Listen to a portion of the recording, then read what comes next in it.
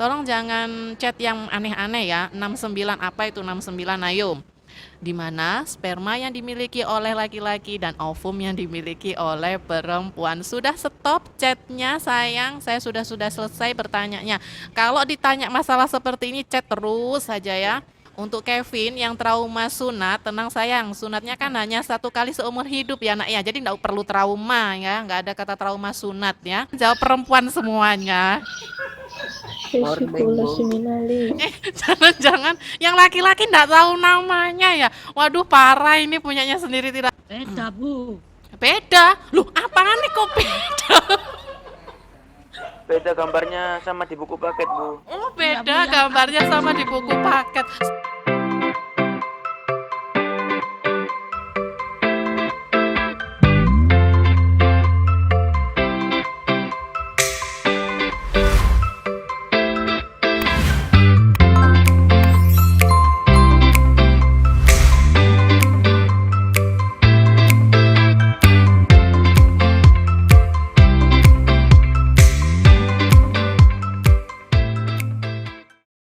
Assalamualaikum warahmatullahi wabarakatuh. Selamat pagi anak-anak, selamat bertemu kembali di pembelajaran kita di tahun ajaran baru. Ini pertemuan yang kedua untuk IPA.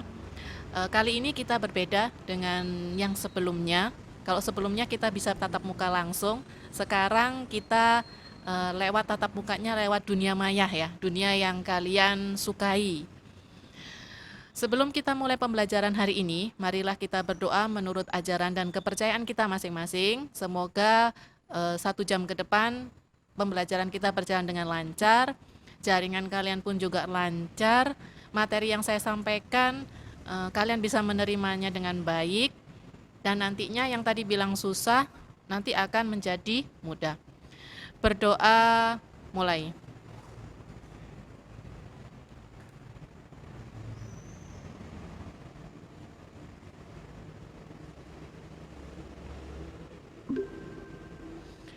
Oke, selesai. Mari anak-anak kita mulai pembelajaran kita hari ini. Kita melanjutkan pada pertemuan yang sudah dijelaskan oleh Pak Daniar minggu kemarin, yaitu tentang apa? Pak Daniar kemarin menjelaskan tentang apa? Pembelahan sel. Oke, benar Farha. Terima kasih, ya kan? Sekarang setelah pembelahan sel, kita masuk ke materi berikutnya. Materi berikutnya, coba diperhatikan kalau PPT-nya sudah tampil. Ini PPT saya klik kok nggak bisa ya? Oh, pakai ini. Oke ya, di situ ada pertanyaan yang saya minta kalian menjawabnya. Bagaimana ibu itu dapat mengandung? Karena ibu punya rahim, Farha, pintar sekali. Farhan, karena ada kerjasama. Oke, kerjasama sama siapa? Sama si ayah. Oke, betul sekali. Karena kerja sama si ayah yang baik sekali ya ibu ya, sehingga menjadikan kalian ya. Apakah ibu dapat mengandung tanpa kehadiran ayah kita? Kalau tidak ada ayah, ada kalian nggak kira-kira ya? Oh tidak, benar sekali. Makanya ya kita kalian tuh harus menghormati, selain ibu juga harus menghormati ayah, karena tanpa ayah kalian itu tidak akan ada di dunia ini. Seperti yang kalian jawab, atas kerjasama ayah dan ibu. Makanya kalian itu mirip ayah, mirip ibu, bukan mirip tetangganya. Oke ya. Jadi ibu kita itu dapat mengandung karena adanya ayah. Dari pernikahan ayah dan ibu itu dihasilkan keturunan, yaitu lahirlah kalian yang cakep-cakep dan yang cantik-cantik. Ayah dan ibu dapat mempunyai keturunan karena memiliki sistem reproduksi. Ya, tanpa sistem reproduksi ini, maka niscaya kita tidak dapat lahir di dunia dan umat manusia akan punah. Sistem reproduksi di sini nantinya yang berperan itu adalah sperma dan ovum, di mana sperma yang dimiliki oleh laki-laki dan ovum yang dimiliki oleh perempuan. Sudah stop chatnya sayang, saya sudah selesai bertanyanya. Kalau ditanya masalah seperti ini chat terus saja ya. Ini direkam loh, anak-anak chatnya direkam. Iya, chatnya ini direkam ya anak ya. Tolong jangan chat yang aneh-aneh ya. 69 apa itu 69, ayo. Nanti Bu Trisi akan kasihkan Bu Zuroh chatnya. Ayo, nanti kalian eh, akan diteliti loh ya. Berarti kalian ini sudah eh, berbicara di luar usia kalian, ya. Kenapa? Loh, Bu Trisi sendiri kan yang menjelaskan tentang sistem reproduksi. Iya sayang, ini merupakan materi yang harus kalian terima. Karena usia kalian ini sudah masuk usia puber. Jadi biar kalian tahu apa yang kalian miliki sendiri, bukan untuk hal yang lainnya, ya. Sekali lagi, ini tentang pembelajaran bukan untuk yang lain. Chat nanti akan direkam. Nanti kalau ada chat yang tidak berkenan, maka akan saya serahkan BK kalian, ya. Silakan nanti kalian akan dipanggil BK kalian atau BK yang ke rumah kalian menunjukkan hasil pembicaraan kalian, ya. Tujuan pembelajaran kita hari ini, ya ini ya, didengarkan ya, tujuan pembelajarannya bukan yang aneh-aneh, Bu Trisi menjelaskan ya. Yang pertama, mengidentifikasi organ-organ penyusun sistem reproduksi pada laki-laki. Yang kedua, menjelaskan fungsi organ-organ penyusun sistem reproduksi pada laki-laki. Yang ketiga, mendeskripsikan manfaat berkhitan. Yang keempat, menuliskan fungsi beberapa zat yang dihasilkan oleh kelenjar reproduksi. Yang terakhir, yang kelima yaitu mengidentifikasi proses pembentukan sperma. Untuk Kevin yang trauma sunat, tenang sayang, sunatnya kan hanya 1 kali seumur hidup ya nak ya, jadi tidak perlu trauma ya, nggak ada kata trauma sunat ya. Ya, organ reproduksi pada laki-laki. Organ reproduksi pada laki-laki ya sekarang, aduh ini sudah kita di dunia maya ya kan ya. Penjelasannya pagi-pagi sudah dikasih sarapan seperti ini ya. Oke, semoga kalian diberikan Allah pemikiran yang positif thinking ya sayang ya, karena saya tidak bisa mengendalikan kalian dari sini. Oke ya, perhatikan di sini, silakan dibuka buku paketnya. Kalian sudah dapat buku paket kan? Langsung semangat Zaidan. Aduh, semoga semangatnya tidak salah ya Zaidan ya. Sudah chatnya hati-hati loh ya, nanti saya rekam chatnya ya. Amatilah gambar berikut dengan literasi isilah bagian-bagian organ reproduksi pada laki-laki. Coba dibuka bukunya ya nak ya. Coba kalian buka buku paketnya tentang reproduksi pada pria. Akan ada keterangan seperti ini. Ini ada nama organnya, kemudian di sampingnya sudah ada keterangannya.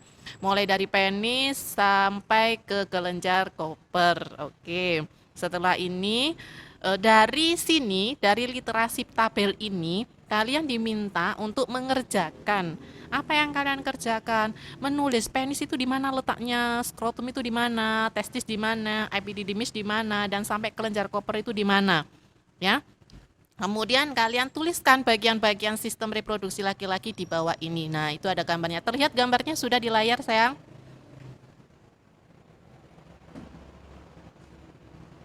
Subhanallah. Halaman 9. Terima kasih bagi yang sudah membuka dan memberitahu. Sudah, iya Bu, kelihatan. Oke, terima kasih. Silakan dikerjakan sayang. Itu ada poin A, B, C, D, E, F, G, H, I. Memang ya, kalau sudah babnya sistem reproduksi, kalian aktif semuanya di sini. Hei, yang chat, ayo dikerjakan. Astagfirullah Bu, Naila, Nadia, ya kan, jangan berbayang yang tidak, ya kan. Ini gambar, ya. Kalau tidak saya jelaskan, saya dimarahin nanti ya.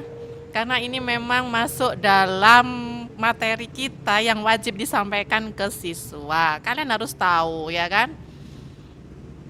Jadi jangan membayangkan yang tidak. Vina auto semangat. Sudah ya chatnya. Arya, ya kan? Sudah selesai mengerjakannya? Dikerjakan di mana, Bu? Yuk kerjakan di buku catatan kalian, nanti kita bahas sama-sama. Ayo, sudah? Sudah ya, Nak ya?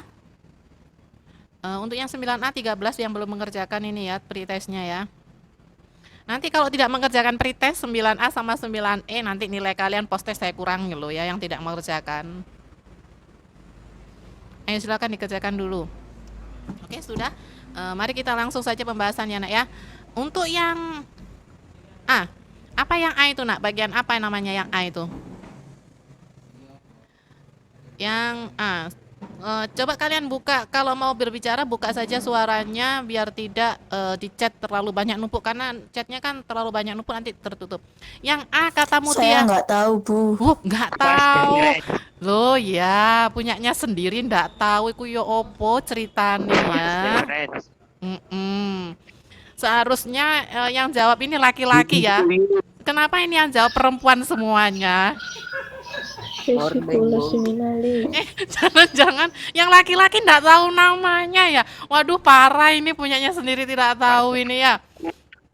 Ya, apa nanti perlu di WA ya orang tuanya ya. Laki-lakinya ini di sini di SMS 1 ndak ada yang tahu tentang dirinya sendiri nih. Waduh, laki-lakinya hanya senyum-senyum manis saya takut. Parents Bu. Fast different sayang. Bukan nak, bukan fast different. Yang A ya, yang A yang Bu Trisi yang tanyakan yang A.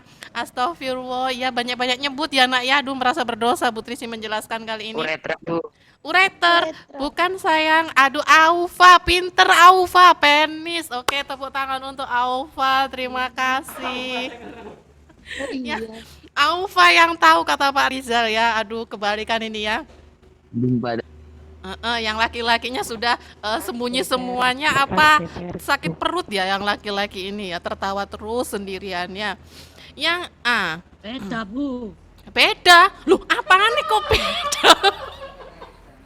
Beda gambarnya sama di buku paket, Bu. Oh, beda gambarnya sama di buku paket. Sama, Nak. Bu Trisi ambilnya dari buku paket, sayang. Kalau ngomong yang Itu jelas. yang Lah Bu yang yang di buku paketnya ABC-nya beda, Bu. ABC-nya, Bu.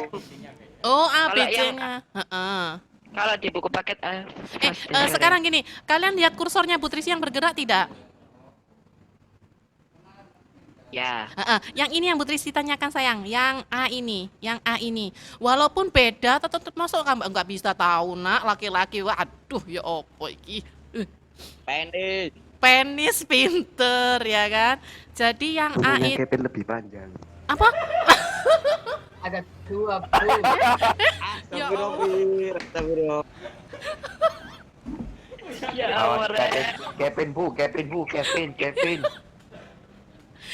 Sudah nak, nanti di sini Bu Trisi ini ikut sakit perut ya, karena saya tidak bisa melihat kalian ya kan, jadi saya hanya mendengar suara kalian. Aduh. Sudah ya nak ya, yang A itu adalah penis, betul. Kemudian yang B, coba perhatikan yang B ini. Yang B di layar ya, yang B di layarnya Bu Triksi. Yang B itu apa nak? Yang B itu Zuyun ya Allah ya Testis. Zuyun. Testis. Oke, pinter testis. Testis. Oh, sebelumnya untuk penis ya, nak ya. Penis itu fungsinya yaitu sebagai saluran kencing atau urin dan saluran sperma ya. Jadi satu salurannya antara sperma sama urin. Punya lubangnya satu kalau laki-laki ya. Kalau perempuan bagaimana, Bu? Nanti minggu depan ya perempuan ya, nak ya. Oke. Kemudian yang B, tadi ada yang sudah menjawab. B itu adalah testis. Betul sekali, B itu testis ya kan ya. Nahla sudah jawab Tito, pinter. Sekarang laki-lakinya sudah keluar semuanya ya. Hebat kalian ya. Testis sayang, apa fungsinya testis? Apa fungsinya testis? Ayo dibuka suaranya yang mau. Bentuknya bulat terus. Bentuknya bulat, fungsi kok bentuknya bulat. Spermatogenesis. Spermatogenesis tempat proses apa sih spermatogenesis itu? Pembentukan sperma. Pembentukan sperma. Pintar sekali ya, betul jawabannya. Jadi testis itu adalah berfungsi untuk memproduksi sperma. Selain sperma sayang, juga tempatnya memproduksi hormon testosteron. Apa hormon testosteron itu, nak? Ada yang tahu hormon testosteron itu apa? Apa ada yang tahu merasa Senyawa yang dapat merangsang perubahan fisik. Oke, senyawa yang dapat merangsang perubahan fisik. Tentunya Untuk kalian pubertas. pubertas ya. Tentunya kalian yang laki-laki nih ya, yang laki-laki. Kalau yang perempuan ada hormonnya juga, cuman bukan hormon testosteron. Nanti ada hormon estrogen ya. Untuk yang laki-laki, hormon ini baik untuk perempuan dan laki-laki, dua hormon tadi yang saya sebutkan. Kalau laki-laki hormon testosteron, kalau perempuan hormon estrogen. Hormon ini adalah memicu pertumbuhan perkembangan sekunder kalian. Yaitu ada perubahan fisik yang kalian rasakan mungkin ya. Yang dulu dari SD, suara saya dulu enggak seperti ini Bu, suara saya dulu semakin membesar gitu kan ya. Saya dulu tidak berotot, sekarang berotot. Kenapa ada perubahan-perubahan itu? Itu hormon perubahan-perubahan itu dipicu karena adanya hormon testosteron yang diproduksi oleh testis. Oke ya, sekarang yang C, perhatikan ini yang C. Nah, C ini apa ya? C ini namanya ya. Astaga. Skrotum. Betul, Skrotum. skrotum. Yume, pinter ya, Yume ya, skrotum. Naomi juga sudah menjawab skrotum. Bukan skrotum ya, nak ya, skrotum. C itu adalah skrotum, betul. Apa fungsi dari skrotum? Ada yang tahu fungsi dari skrotum itu apa? Apa fungsinya dari skrotum? Menjaga suhu. Suhu apa yang dijaga? Mengeluarkan urin. Pelindung testis, menjaga suhu testis. Oke, betul.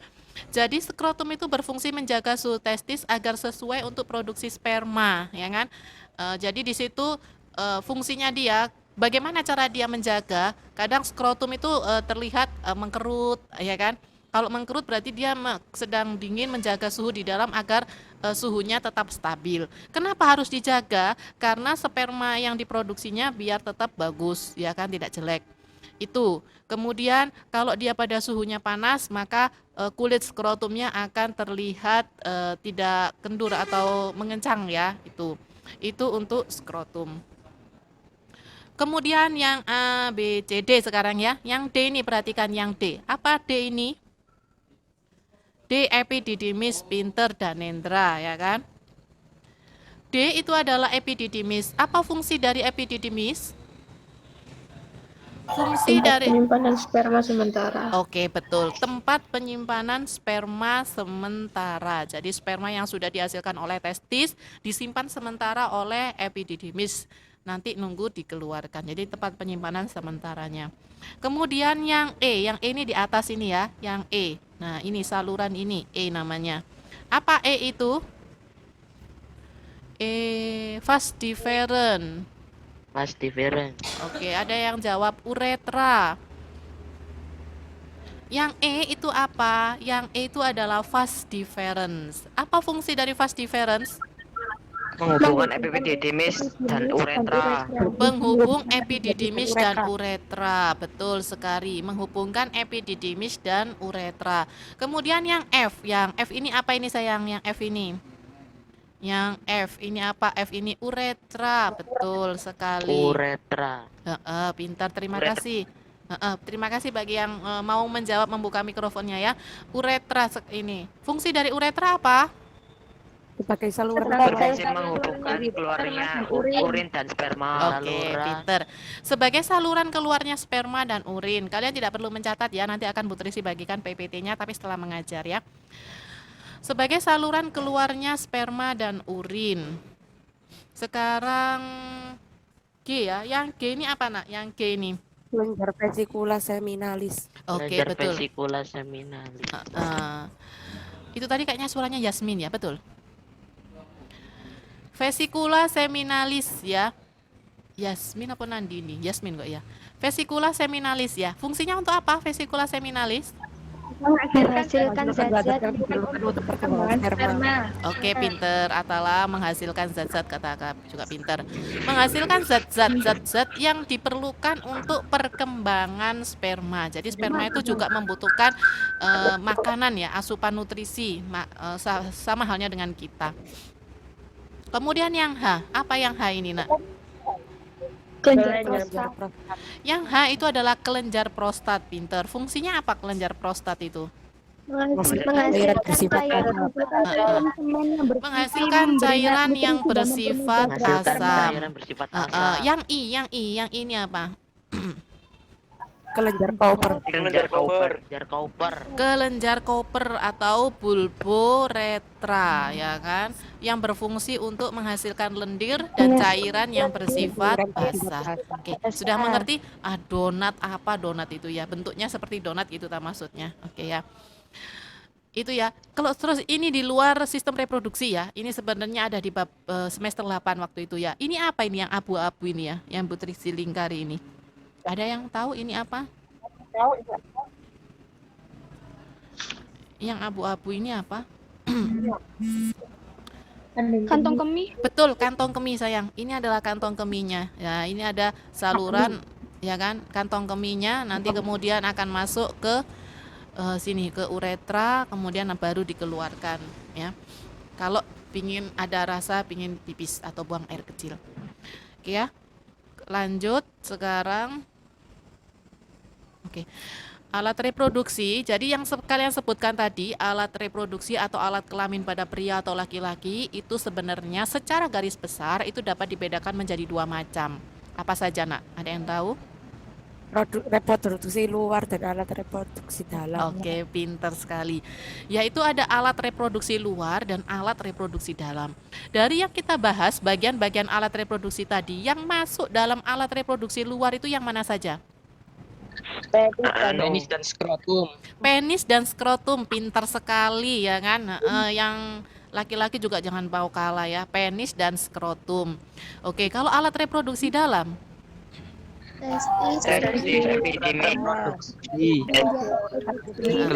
jadi selain penis dan skrotum itu semuanya masuk dalam alat reproduksi dalam, yaitu ada testis, saluran sperma, ya kan? Nanti saluran sperma itu ada uretra gitu kan ya. Kemudian ada epididymis, kelenjar reproduksi tadi ada kelenjar Koper, kemudian ada apalagi kelenjarnya tadi? Kelenjar prostat, ya. Kemudian ada vesikula seminalis, itu alat tentang saluran sperma, kelenjar reproduksi. Kita bahas satu persatu ya Nak ya.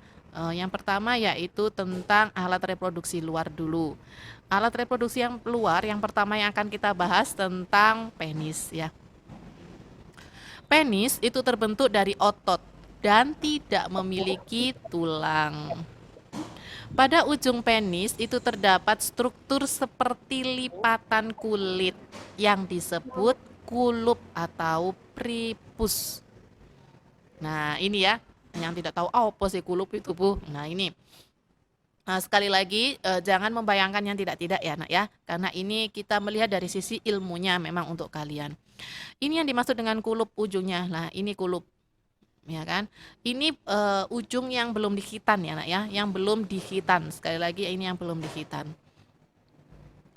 Kemudian kulup inilah yang dipotong saat seseorang dihitan. Jadi ini yang dipotong, dibelah, dipotong, kemudian nanti dijahit, diletakkan di bawahnya. Nah seperti ini. Nah ketika kalian dihitan, tadi yang Kevin yang saya lihat. Bacanya itu penis apa penis? Penis Nak. Ya penis ya, bacanya penis. Ini ketika di hitan, Kevin tadi bilang trauma di hitan ya kan. Nanti Kevin pun juga akan mengantarkan orang di hitan, entah itu saudaranya, entah itu beberapa puluh tahun lagi, yaitu mengantarkan putranya ya kan. Nanti harus bisa menjelaskan, ayah di hitan itu apa sih? Nah itu nanti kalau sudah menikah ya. Kalau sudah menikah, ayah di hitan itu apa? Nah, kan? Bagaimana di hitan prosesnya? Karena waktu itu kalian di hitan tentunya tidak melihat secara langsung kan ya, karena takut ya. Hanya takut kebayang-bayang rasanya. Sekarang kalian melihat secara langsung. Yang perempuan pun juga begitu, ya kan? Kalian kalau yang punya adik laki-laki yang mau dihitan, kalian bisa menjelaskan apa sih Kak di hitan itu bagaimana, walaupun kalian perempuan kalian juga harus bisa menjelaskan ya kan, tidak bermaksud jorok ya. Nanti pun juga berpuluh-puluh tahun kalian juga mengalami sama seperti Butriksi ya kan, menikah dan memiliki seorang putra ya. Nanti pun juga putranya juga akan mengalami proses yang namanya dihitan. Jadi kita ambil sisi positifnya ya, jangan mengambil sisi negatifnya. Oke, lanjut. Jadi seperti ini di hitan itu Nak. Nah setelah dibuka kemudian dilipat, kulupnya itu dilipat ke bawah, kemudian di sini nanti dijahit. Nah ini ya proses penjahitannya, inilah yang lama ya, yang lama keringnya, yang ketika dibuka kulupnya itu tidak terasa sakit karena kan dikasih perangsang, disuntik. Yang sakit pertama itu suntikannya, karena apa? Di penisnya ini yang disuntik ya kan, disuntik disuntik obat bius biar tidak merasakan rasa sakit. Nah, ketika ini tadi dibelah, kemudian ketika diproses dijahit tidak terasa sakit. Tapi setelah biusnya itu habis, maka akan sakit. Kenapa? Karena ada jahitannya itu, ada luka ya kan ya. Ini luka bukan luka kecil juga, ini luka yang cukup besar. Tetapi khitan sekarang ini sudah modern ya nak ya, tanpa sakit ya kan ya, langsung bisa sembuh karena alatnya sudah alat yang modern. Apa khitan itu? Jadi dari beberapa gambar tadi diperolehlah kesimpulan khitan itu adalah proses pemotongan atau penghilangan bagian yang berbentuk lipatan kulit yang terletak pada ujung penis yang disebut sebagai kulup. Nah, itu adalah pengertian dari khitan. Ya. Kalau selama ini kalian yang tahu, mah khitannya kok apa? Yus pokoknya iku dipotong gitu saja kan ya. Nah, ternyata dari segi keilmuan khitan itu tidak seperti yang sesingkat yang kalian dengarkan selama ini. Oke, lanjut ya. Kemudian khitan itu tidak hanya sekedar dipotong. Kenapa harus dikhitan? Saya tidak mau dikhitan Bu, sakit kan Bu. Nah, tapi mau nggak mau kenapa harus diwajibkan dikhitan? Karena ada manfaat dari dibalik khitan itu, ya kan? Jadi mengapa laki-laki dianjurkan untuk dikhitan? Kira-kira apa manfaat berkhitan? Ada yang tahu nak? Dito. Agar tidak najis. Kenapa? Agar Agar tidak najis. Oke, betul. Ada lagi? Untuk pipis. Memperlancar pipis. Benar sekali, memperlancar pipis ya nak ya. Karena semakin kalian bertambah usia, otomatis kan asupan air kalian semakin banyak, sehingga yang dikeluarkan pun juga semakin banyak. Kalau saluran itu tidak dibuka, maka itu akan menghambat. Jadi seharusnya dia dikeluarkannya misalnya dalam volume, misalnya dikeluarkannya 0,5 liter, tetapi tidak dikeluarkan seperti itu, maka nanti akan terjadinya infeksi lanjut ke bukan sistem reproduksi lagi nanti ya kan, melainkan ke sistem tentang sistem pembentukan urin ya, pembentukan urin. Jadi manfaat di khitan, yang pertama untuk mengurangi resiko infeksi saluran kemih. Apa maksudnya? Nah, di situ ada bacaan fimosis. Apa fimosis itu? Fimosis itu penyakit, nak. Yaitu penyakit di mana kondisi kulup itu tidak dapat ditarik ke belakang kepala penis dan diakibatkan faktor genetik. Jika parah, maka akan membuat saluran kemih itu tertutup. Jadi pas pipis itu ketahan dulu pipisnya sama kulit kulupnya sampai menggembung kulit kulupnya. Kalau tekanan di kulup sudah besar, baru pipisnya bisa keluar tapi sedikit. Nah, itu terasa sakit sekali ya. Makanya seperti itu kalau bayi ya ini ya. Ada proses dikhitan. Khitan itu kan biasanya ketika umur berapa kalian dikhitan sayang? Yang sudah dikhitan umur berapa? Atau kelas berapa? Biasanya kelas berapa? Kelas 5, oke. Pada umumnya kelas 5. Tetapi tidak menutup kemungkinan bayi usia 1 tahun itu dikhitan. Kenapa dia dikhitan? Karena adanya gejala. Apa gejalanya Bu? Misalnya awal mulanya dia panas, berhari-hari dia panas, ya kan? Kemudian dibawa ke dokter. Intensitas kencingnya tidak terlalu banyak. Kenapa seperti itu? Karena salurannya tertutup. Nah, airnya itu ada di kulup-kulup itu tadi, tidak mau keluar. Menunggu tekanan air yang ada di kulup itu tadi besar. Lah kalau menunggu tekanan besar sehingga menunggu air berkumpul di kulup itu kan sangat sakit sehingga terjadinya infeksi. Jadi panas itu bukan berarti kita mau flu sebenarnya. Panas itu tanda adanya infeksi di dalam tubuh kita. Infeksinya bisa dari manapun, ya kan? Mulai dari ujung rambut sampai ujung kaki mana yang infeksi, ya kan? Itu. Jadi akhirnya kalau mendapatkan bayi seperti ini, sehingga bayi itu tidak jarang kita menemukan sudah bayi di khitan. Itu semata-mata hanya untuk kesehatan sang bayi tersebut. Itu manfaat di khitan. Kemudian manfaat yang kedua, ada 3 manfaat. Yang kedua adalah mengurangi risiko kanker penis. Ya. Apabila urin terperangkap di kulup dan tidak dibersihkan, ini dapat berkontribusi pada pertumbuhan sel kanker. Kan kotor berarti di situ ya. Nah, kalau kotor di situ otomatis bakteri-bakteri, virus-virus akan suka dengan hal-hal yang kotor. Sama halnya dengan setan. Setan itu suka dengan hati kita yang kotor. Kalau kalian pembelajaran kali ini kalian negative thinking ya, pikirannya kalian kotor, maka disitulah setan-setan masuk untuk mempengaruhi kalian melakukan hal-hal yang tidak diinginkan. Gangguan kanker penis itu dapat terjadi akibat berkembang dan tumbuhnya sel kanker di bagian penis. Hal ini berawal saat sel sehat pada penis tumbuh tidak terkendali dan berubah menjadi sel kanker. Sel tersebut berkembang dan membentuk tumor. Apabila tidak diobati, sel kanker dapat menyebar ke daerah tubuh lainnya seperti kelenjar getah bening yang nantinya disebut sebagai kalau penyakit satu dengan yang lainnya akhirnya menyebar ya kan, tidak hanya sistem reproduksi saja, tetapi menyebar ke saluran ekskresinya. Manfaat digitan yang lainnya, yang terakhir yaitu mengurangi resiko terinfeksi penyakit menular seksual ya. Jadi berbagai penelitian menunjukkan sunat, kalau disunat itu akan menurunkan resiko laki-laki langsung terkena penyakit seksual. Apa penyakit seksual itu? Diantaranya HIV, sifilis, HPV, herpes genital, dan gonore. Apa penyakit-penyakit itu? Nanti pada pertemuan 3 minggu yang lalu akan dijelaskan tentang penyakit pada sistem reproduksi. Yang kedua skrotum ya nak ya, tadi sudah penis, sekarang skrotum. Untuk skrotum ini tidak banyak penjelasan karena sudah jelas yang ada di tabel yang Putrisi jelaskan dan yang di bagan tentang fungsi skrotum. Tidak ada penjelasan lebih detail tentang skrotum.